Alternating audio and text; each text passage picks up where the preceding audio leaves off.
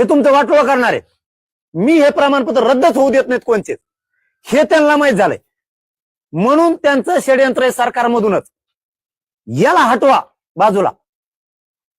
मग बोलणारे जे आहेत मराठा आरक्षणाकडून ते आपलेच आहेत असं त्यांचं म्हणणं आहे. या षडयंत्रामध्ये शिंदे साहेबांचा सहभाग वाटतो का तुम्हाला? असल्याशिवाय कसं होईल यार, येडा आहे का रे? हे बघ, मराठ्यांना शिंदे साहेबाला शिव्या देणारे शिंदे साहेबाच्या कार्यालयात काय करते? सोपा आणि साधा प्रश्नाचं उत्तर एकनाथ शिंदे साहेबांनी द्यायचं. एकनाथ शिंदे साहेबाला खालच्या थरावर शिव्या देणारे, खालच्या थरावर शिव्या देणारे आणि मराठ्यांना आरक्षण मिळू नये म्हणून मोर्चे काढणारे शिंदे साहेबाच्या ऑफिसला काय करते? किती सोपा प्रश्न आहे. मराठ्यांचेच काही समन्वयक आणि अभ्यासक शिंदे साहेबाच्या नेत्याच्या कॉलेजवर बैठक घेऊन माझ्या विरोधात आंदोलन करणार, हे कस काय? द्या शिंदे साहेब उत्तर. मी माझे शब्द बोललेले मागं घेतो, याचं उत्तर द्या.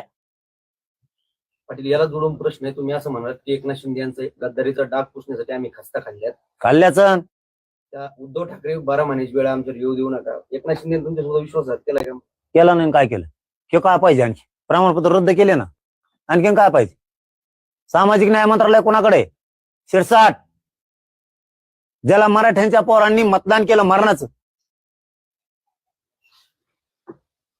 त्या शिरसाटांनी ज्या अतुल साव्याला मतदान केलं मराठ्यांच्या पोरांनी, आमच्या कित्येक तरी संघटनेच्या लेकरांनी पोरांनी तिथल्या मतदान केलंय, त्याला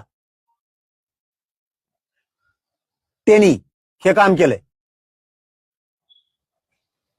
काय चूक आहे?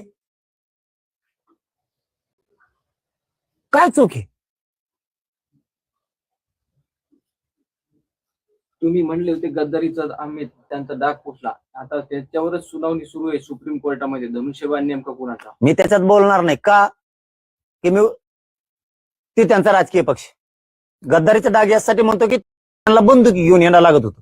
त्या फुकण्या नळ्या, इकडून नळ्या तिकडून नळ्या फुकण्याच होत्या सगळ्या, आणि बँडक्या चालल्यामध्ये चालायची, अंदाजा घेऊन गावोगावी यायची, सगळ्या फुकण्याच होत्या चौकून लटकेलेल्या. आम्ही फक्त एकच शब्द वापरला, उद्धव ठाकरे साहेबांचं त्यांचं काही झालेलं असो आम्हाला देणं घेणं नाही. आमच्या मराठ्यांसाठी चांगलं काम करायला लागलेत. आम्ही म्हणलो उद्धव ठाकरे साहेब त्यांच्या विरोधात लढू नका. आम्ही फक्त आमची बाजू मांडली एकच, त्या शब्दात. आमच्या लेकराचं कल्याण करायला लागलेत, नोंदी शोधायला लागलेत. आम्हाला काही देणं घेणं नाही, कोण गद्दार असू नाही तर काय असू, आमच्यासाठी चांगला आहे एवढा शब्द वापरला. कारण गोटे आणणारे मराठ्याचे आहेत, मराठ्याचे पोरांनी गोटे खाली टाकून दिले. ते म्हणलं का करत आणू, आपलं चांगलं करायला आणि त्यांचं पक्षाचं काही होईल. तो कमी झालेला आहे, ते अमान्य करू नका. आणि उदय सामंत साहेबांनी ते अमान्य करून दाखवायचं. मग आमच्यावर का वेळ येऊ नये तशी? उद्धव ठाकरे साहेब बरा म्हणायची.